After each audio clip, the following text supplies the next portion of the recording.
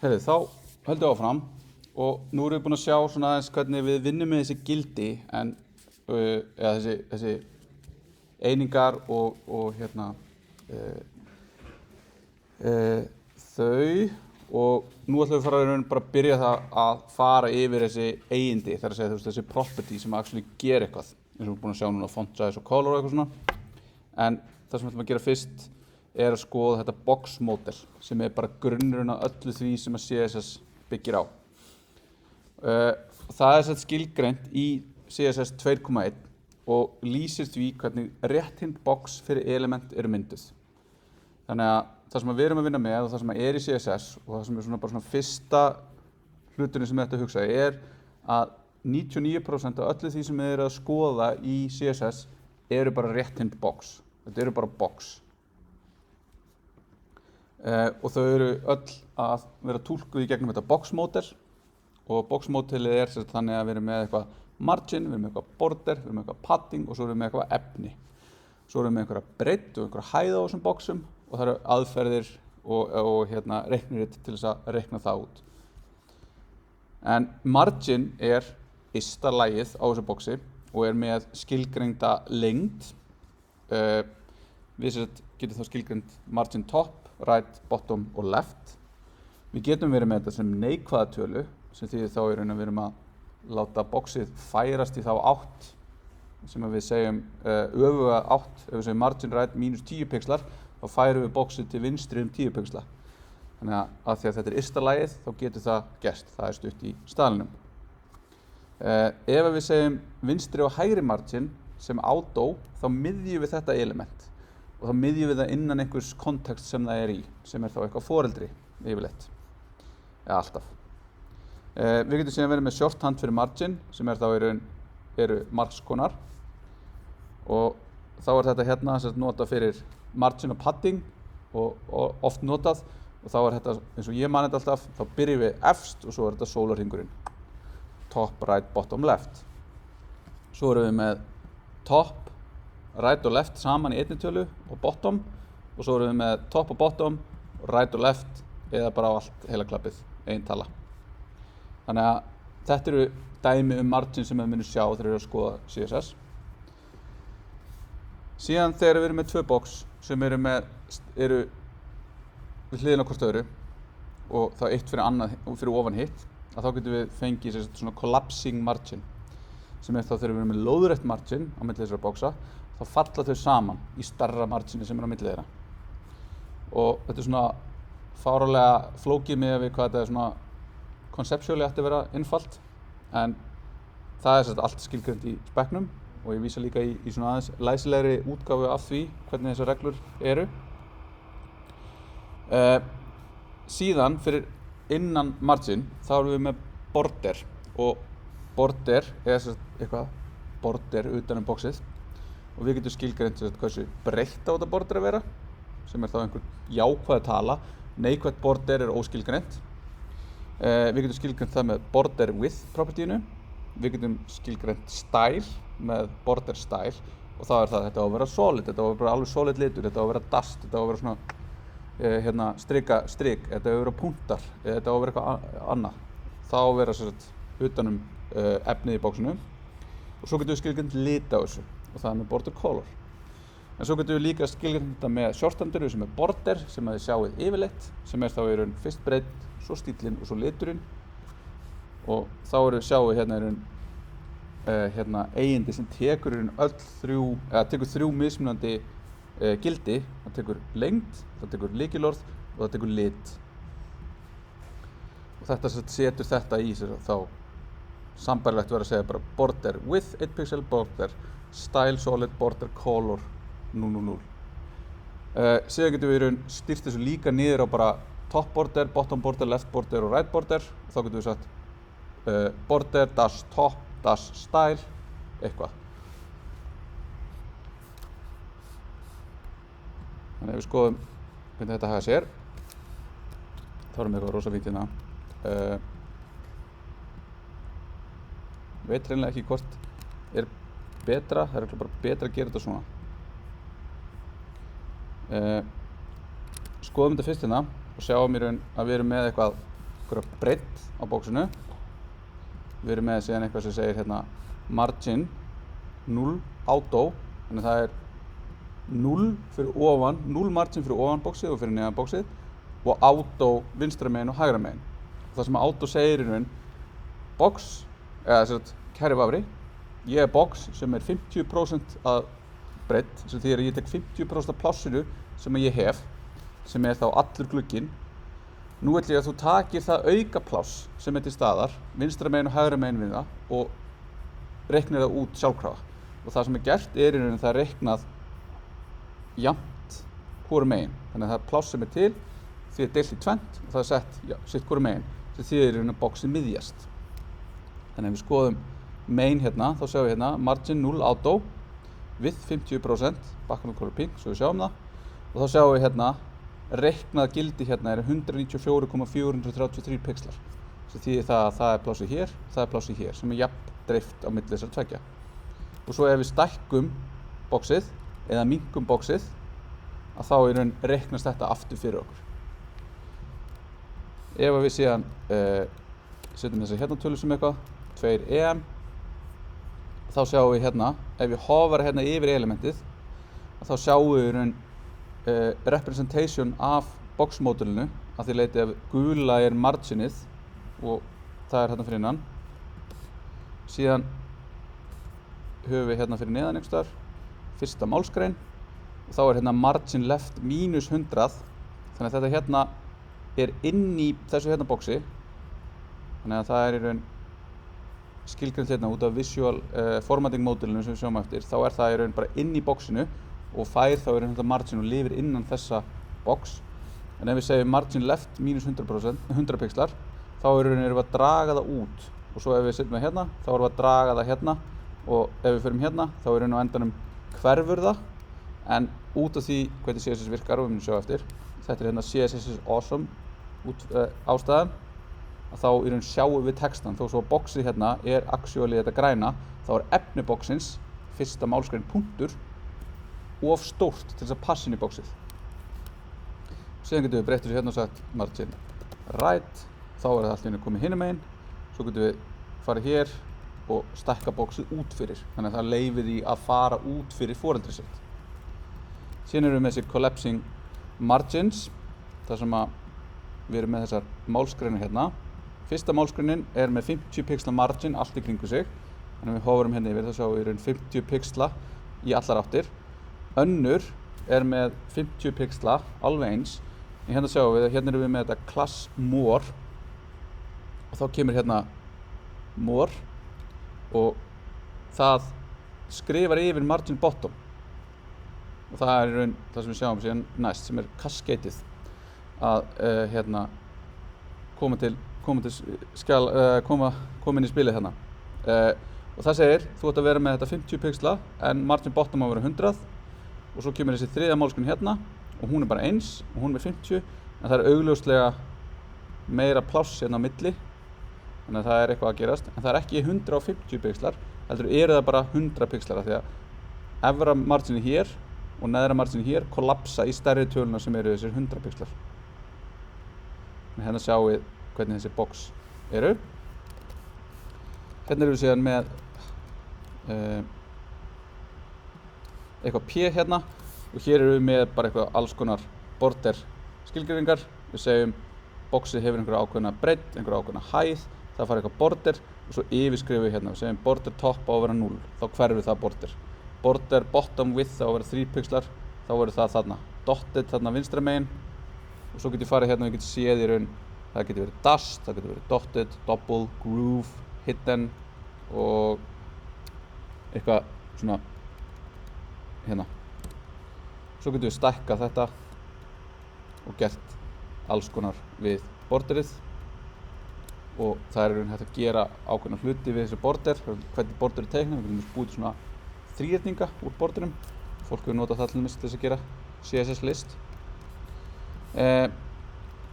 Síðan þegar við komum inn fyrir border þá höfum við padding og það er þetta næst innsta lag og það er eins og margin en það getur ekki fengið neikvætt gildi.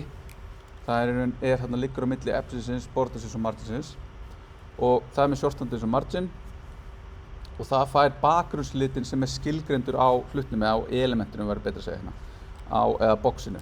Þannig ef ég segi að þetta element á að vera með bleikan bakgrunnslit, þá í raun paddingið bleikt. Á meðan marginið tekur ekki litin á boxinu, heldur bara transparent fyrir utan hana. Síðan þegar við erum komin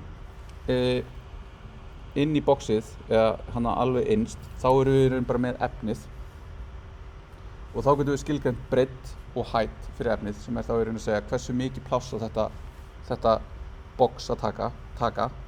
Og þá það, þegar ég segi box, þá það yfirleitt bara eitthvað sem að vera að túlka sem boxmódulinu í CSS. Það eitthvað element sem að túlkað sem eftir boxmódulinu. Og þá eins og við sáum áðan, þá eru hlutfallslega stærðir miðað við plássið sem foreldrið veitir. Svo getum við líka sett fasta hæð með þeir nota bara absolutt stærðir eins og pixla. En það getur verið mjög hættulegt af því að eins og við sögðum áðan, þá náttúrulega CSS og vefirnir sem við erum að setja upp þurfa að geta virkað í alls konar tækjum og þó svo að við sjáum það í einhverju tilfelli þannig að þetta box passi utan efnið okkar og við segjum þess vegna bara eitthvað, þetta box er með height 100 pixla, þá það geggja flott, passar akkurat.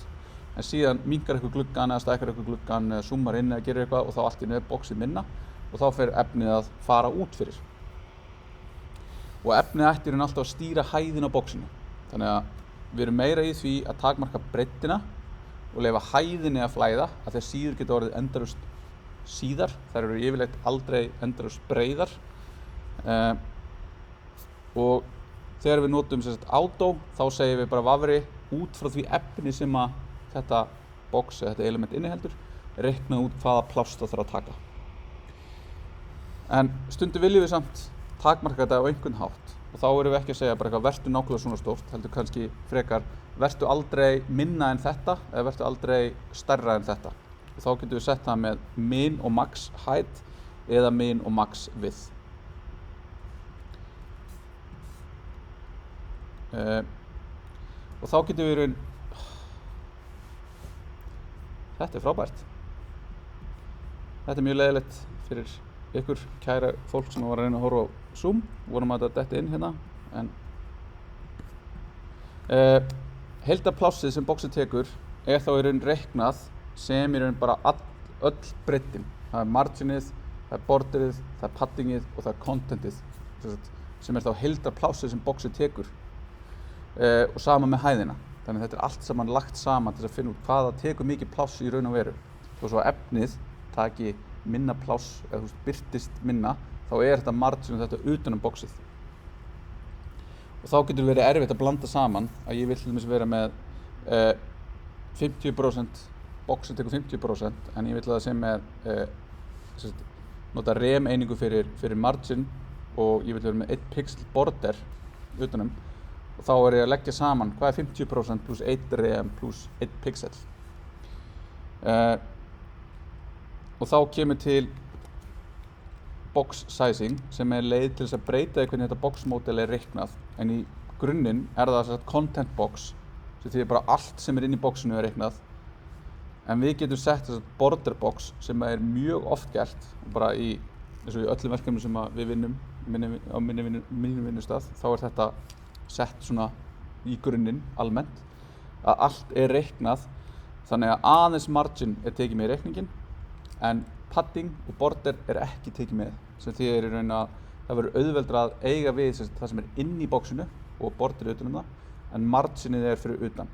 Þannig að það tekið með í reikningin. Þannig að þegar ég að segja eitthvað box 50% með 1% margin, svo annar box með 50% með 1% margin, þá það samtals 50 pluss 50 pluss 4, 1% margin sitt hvoru megin, sem þá meira en 100%, en þá getur ég bara minka það og sagt 49% box með 1% margin eða 48% box með 1% margin, þá það í heildina 50%, sem þýðir þá að 2 box geta legið hlið við hlið.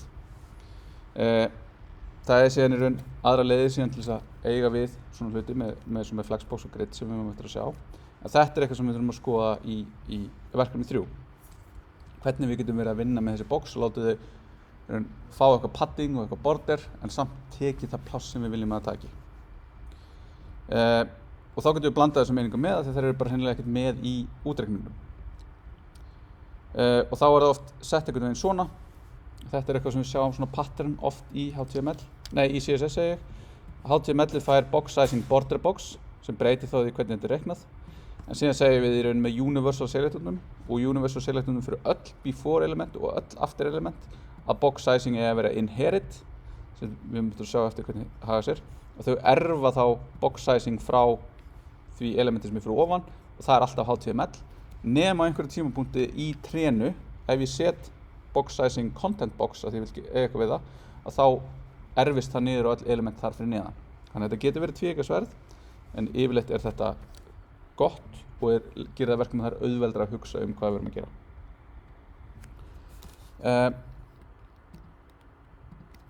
Þannig að við erum með hérna eitthvað box með einhverja ákveðna hæð. Hérna segjum við að boxið okkar með 100 pixla hæð en 50% breidd. Þannig að núna ef ég stækka eða minnka gluggan hérna þá sjáum við raun að út af því að hæðin takmörkuð með fastri tölu þá boxið alltaf jafn hátt en breiddin í raun eykst upp að alltaf helmingurinn á glugganum sem í boði og efnið þá í raun fer að fara út úr boxinu. En nefnilega ef ég fjarlægi hæð þá fæ ég þessi sjálfgefna gildi sem bara auto sem því bara vafrinn reiknar hæðina á boxinu út frá hvað efnið þarf og þá birtist allt efnið innan boxins. Síðan erum við hérna með efni þar sem það flæðir út fyrir. Þannig að við erum með eitthvað efni hérna inn í boxinu og þetta innra box okkar er með 100% width og er síðan með padding og border og við segjum width 100% en samt sem flæðir efnið út fyrir af því að 100% pluss allt hitt lætur það í raun brjóta plássið sem að foreldri gefur því. En ef við breytum þessu þannig að við erum með box sizing border box á þessu boxi að þá passar það inn í sama hversu mikið padding ég að nota og þá aðlagast það bara inn í boxinu svona og ef ég breyti hversu mikið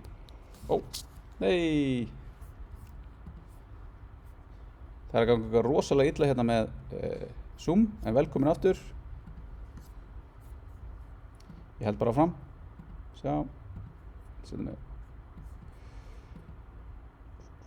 svona. Þannig að við erum að fara hérna yfir boxmódelið og hvernig box sizing border box virkar en við erum með þetta box hérna sem fer út fyrir og ekki út fyrir og þá það allt út af því hvernig við erum að reikna. Þannig að leið að við setjum þetta hérna í eitthvað gerði ég vitlaust hérna svona að þá gerist það sama hér og fyrir ofan að boxið flæðir út fyrir og svo erum við með fleiri hérna þar sem við erum með eitthvað breitt box og við erum með boxið sem flæðir innan ytra box og eitthvað meira ef við skoðum þetta seinsta hérna og þá erum við með í raun box sem er með einhver ákveðna stærð hérna í rem gildum sem þá í relatív stærð og þá þessi hérna að fara 100% af relatív stærð sem við sjáum þá í raun að við getum verið með þessa relatív stærðir inn í relatív stærðum og þetta alltaf einhvern veginn reiknað út. Þannig að ég segi hérna 100% af hverju, jú af 25 rem sem hvað, jú það ef við förum hérna í og sjáum hvað computed gildi á því eru 15 pixlar, þess að 25 sinni 15 sem þýðir þá þetta hérna box ef við reiknum það út þá það breiddin á því 353,333 pixlar hérna og þá sjáum við hérna ef ég hover yfir þessu boxi þá sé ég hérna div.inner-box 353,333 sinnum 100 sem þá í raun stærðin á þessu og ég geti farið hérna og skoðað í raun hvað útreiknuð stærð á boxunum samkvæmt boxmódelinu með því að fara hérna yfir þá sé ég hvað vafrinn að reikna þetta út fyrir mig. Þannig að það þessi regla og þetta langflest í CSS rétt hint box sem fylgir þá þessum reglum sem eru skilgreindar með hérna í boxmódelinu. Þannig að ef við förum og skoðum hérna eitthvað eins og vísi og við fyrir hérna í Inspect. Þá get ég farið hérna og ég get búið til nýjan klasa, ekki sagt. Nei, svona vil ég gera.